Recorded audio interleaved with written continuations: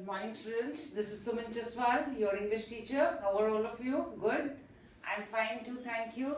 So today I have brought questions from history for all of you, class 10th, the second chapter, Nationalism of India. Okay, so we are going to do a few questions from this chapter. Okay, so let's get started. Now, nationalism in India, it's basically about Gandhiji's first advent into India, and from then onwards, the events have taken place. Earlier, where was Gandhiji? He was in South Africa. He was fighting against racial discrimination between blacks and whites. What is that called? Apartheid. Okay. So when he came to India in 1915, and he saw the condition of India under the British rule, and then most of the mass movements have been launched under his guidance. Okay, so now starting his most important two tools which he fought for independence were not weapons but non-violence and satyagraha. Non-violence means without using force, without using any arms. Okay, and satyagraha is satya means truth. Agraha means to persuade by truth. Okay, he believed in that. So these were his two weapons with which he fought for independence or freedom of India, Satyagraha and non-violence. So what is the Satyagraha? Okay, so your question is, what is Satyagraha?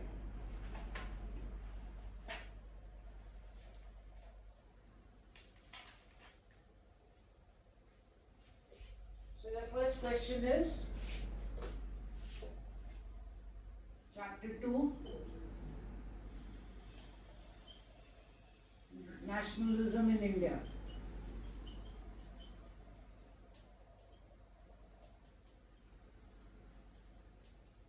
Your first question is, what is Satyagraha?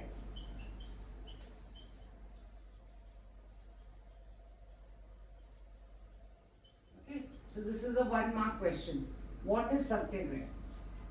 So first of all, you will write down Satyagraha, underline it and then define it. Okay? So first you write it down and then define it. Satyagraha, a method of agitation and protest. A method of agitation and protest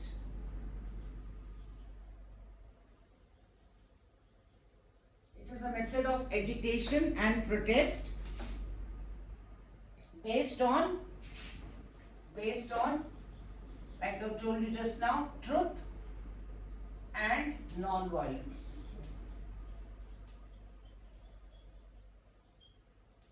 Underline non-violence and truth. Okay, so a method of agitation and protest based on truth and non-violence. This is Satyagraha. And also you can write, this was introduced by Gandhiji. Okay, this method involves passive resistance. What is the meaning of passive resistance? Means that if like the Britishers, they used to charge, lathi charge or beat them, torture them, but you are not going to resist back. You're not going to hit back. You're just going to accept it. So this was a passive resistance consisting of defiance of laws, non-payment of taxes, boycott of. So this whole method involves passive resistance. To do what? 3 things. Boycott foreign goods.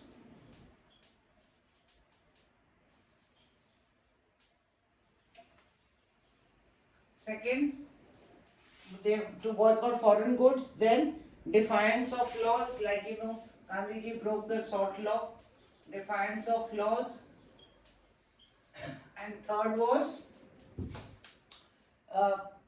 boycott of non-payment of taxes. Non-payment of taxes. Here, boycott of foreign goods and government institutions. Everything and anything to do with the British, boycott. Okay? And non-payment of taxes. So in this way, if you write, you get good marks.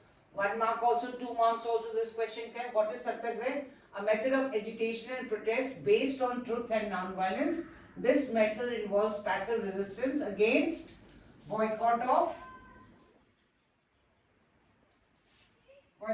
foreign goods, defiance of laws and non-payment of taxes. Actually not against. Okay. So these methods, and it was started by Gandhiji.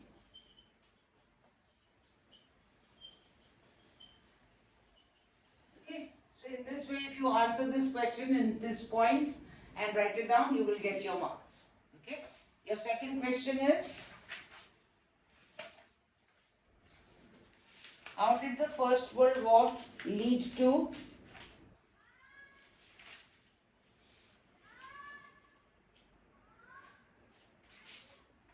question number 2?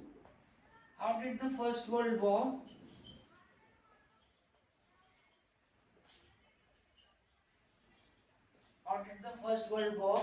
lead to help in the growth of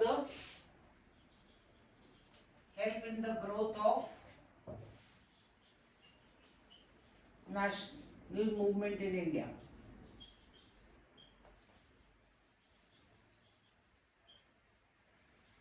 So your question is, and this is a 3-mark question, how did the First World War help in the growth of national movement in India? And we all know that First World War was from 1914 to 1918. So between that, we have to recollect the events of 1914 to 1918. Okay. Then, so first line you will start like this only, that First World War, First World War, growth of nationalism. Okay, first is increase in custom duties. Okay, so these were the things that were initiated by this thing. Then income tax was introduced.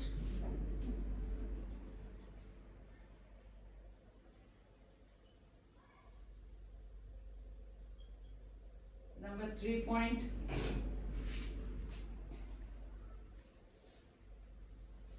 increase in defense expenditure.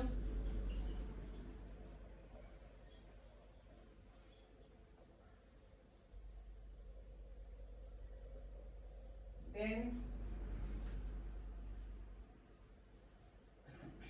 villages were called upon to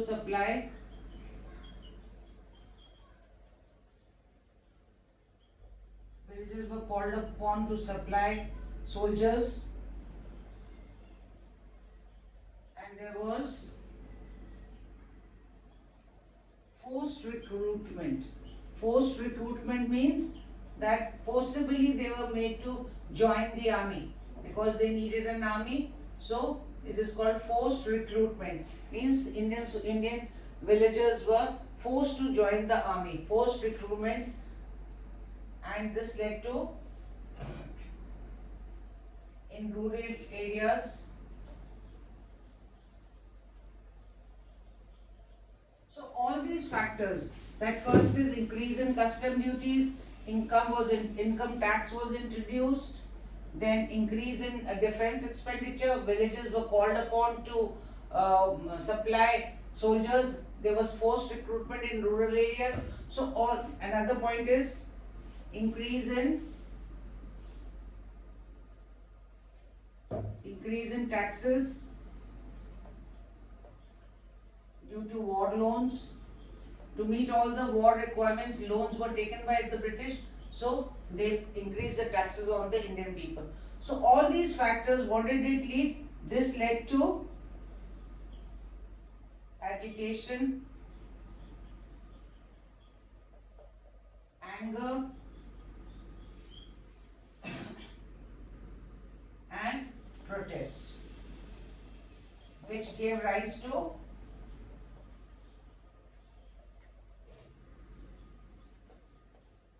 nationalism.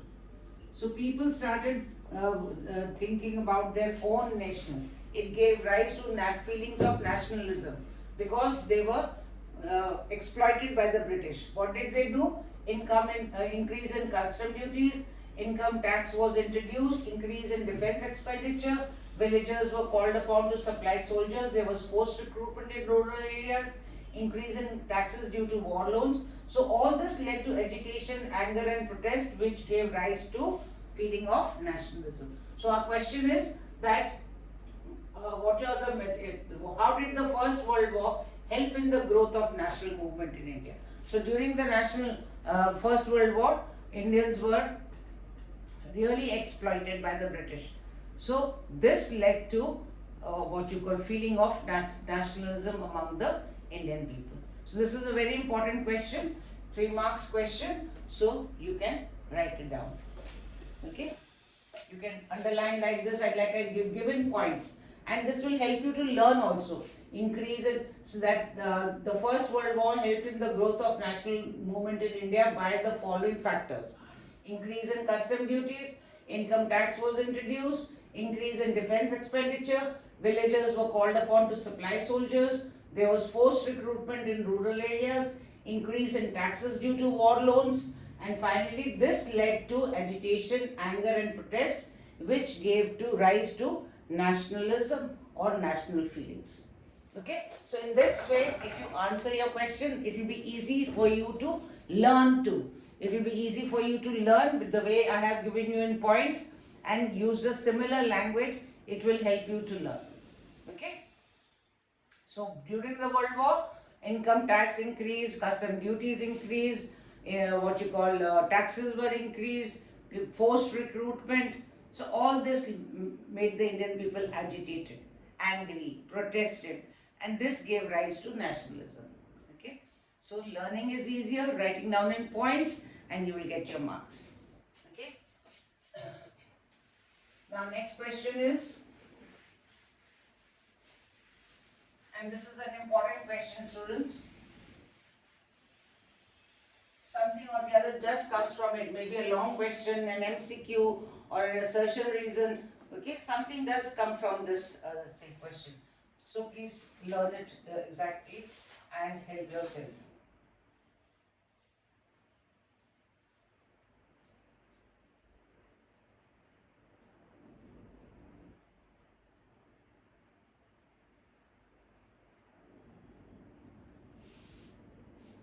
Examine the methods. Question number 3 is examine the methods adopted by Indians during the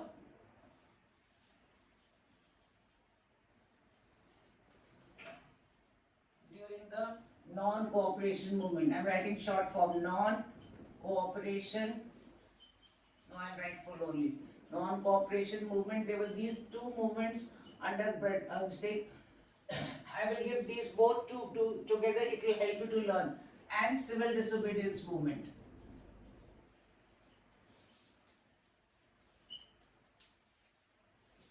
Okay. So both the movements I am going to give you in the table form. It will help you to learn. Okay. First is non-cooperation movement. Write down this in this form, and it will help you to learn both of them together. Disobedience movement. This is a long question. It can be 3 marks, can be 5 marks. Okay. So let's go through this. Together.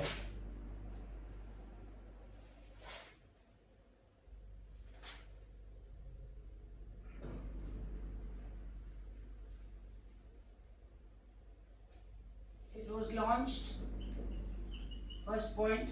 It was launched in 1920. Civil disobedience. It was launched in 1930. Okay. Second point.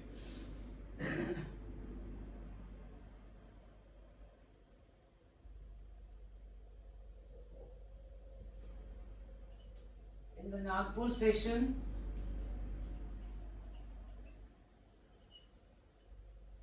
of Congress 1920 it was adopted, and in the Lahore session 1930, Lahore session of Congress 1930 it was adopted. Second point. So I am writing this similar language so that you can learn. This was launched in 1920, it was launched in 1930. In the Nagpur session of Congress 1920 it was adopted. In the Lahore session of Congress 1930 it was adopted. Third point.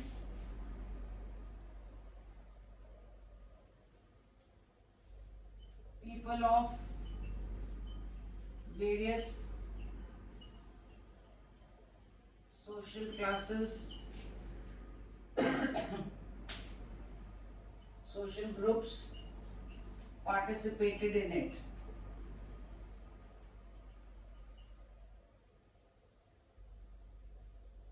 People of various social groups participated in it. And in the civil disobedience movement,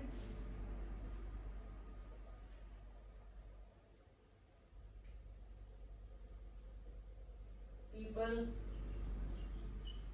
of various social and caste groups participated in it.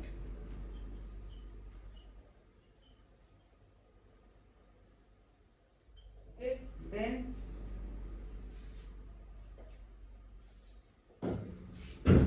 number fourth point, it was started in three stages. It was started in three stages. What was the three stages? First, renunciation of titles. Renunciation of titles. You know, the Britishers, whenever the leaders, just to pacify them, they used to give them titles. Like Gandhiji was given the title of Sir, Rabindranath Tagore, Naik, Kesari, and they used to give titles like that. Okay, so they said renunciation, to give back those titles. So the first step was renunciation of titles. Then second was boycott of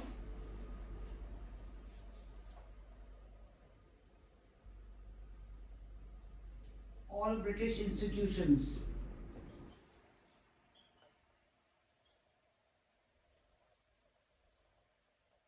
Boycott of all British institutions. And third was non-payment of taxes. Non-payment of taxes. Okay. So it was launched and started in three stages: renunciation of titles, boycott of all British institutions, and non-payment of taxes. Okay. And on the other hand, civil disobedience, this thing, it was started. Number one, breaking of salt law. The British had the monopoly, means complete control of making salt. So Indians were not allowed to make salt. It was a law that only Britishers will make salt. You know, we have a long coastline and salt is one of our most important raw material. So the Indians were not allowed. So they broke the first, was the Dandi March. Gandhiji walked to Dandi from his Gandhi ashram to Dandi. There is a place where he broke the salt law. Means he made salt for the first time. Okay. So first was breaking of salt law. Number two was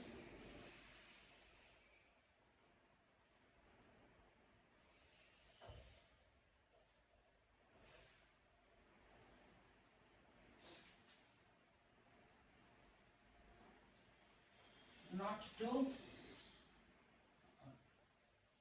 defy laws, all types of laws for this thing by the British. Third was to demand for Poon Poon Swaraj means complete independence. Poon Swaraj means complete independence from the British rule. Okay, so it was started by breaking salt law to defy the laws and to demand for Poon Swaraj. Okay, then what was the result?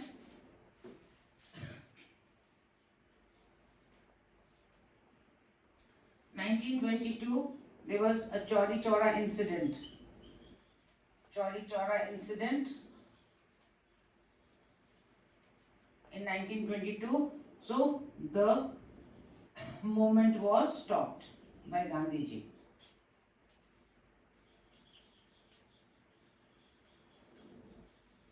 And this movement, it was launched in this thing. It was under you can add one point. It was under the leadership of Gandhiji, and this also it was under the leadership of Gandhiji. Okay, but in 1922, this Chauri Chaura incident happened. Now, what was this Chauri Chaura incident? 22 policemen were burnt alive. You know, everybody cannot be Gandhi. That we will not do violence, we will not hit back, we will not do all that. So they were agitating and they were fired upon. So they burnt the police station and 22 policemen were burnt alive. Chauri Chaura is a place in Uttar Pradesh. Okay, so a lot of violence took place. So Gandhiji called off the movement. The movement was, you can write, called off. Because of what? Because of violence which took place. That is Chauri Chaura incident. And even the non-cooperation movement.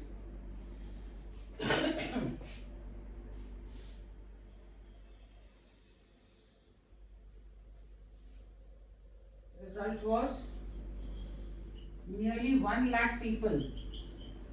Nearly 1 lakh people were arrested, including great leaders. So what happened? And also violence took place everywhere. So the movement was called off. So in this way, when you do a tabular form, you are able to learn both the movements. Okay, the civil disobedience movement and the non-cooperation. Do it in a tabular form and you will be able to learn it. It was launched in 1920, it was launched in 1930. You can add it was launched under the leadership of Gandhiji, it was launched under the leadership of Gandhiji. In the Nagpur session of Congress 1920, it was adopted.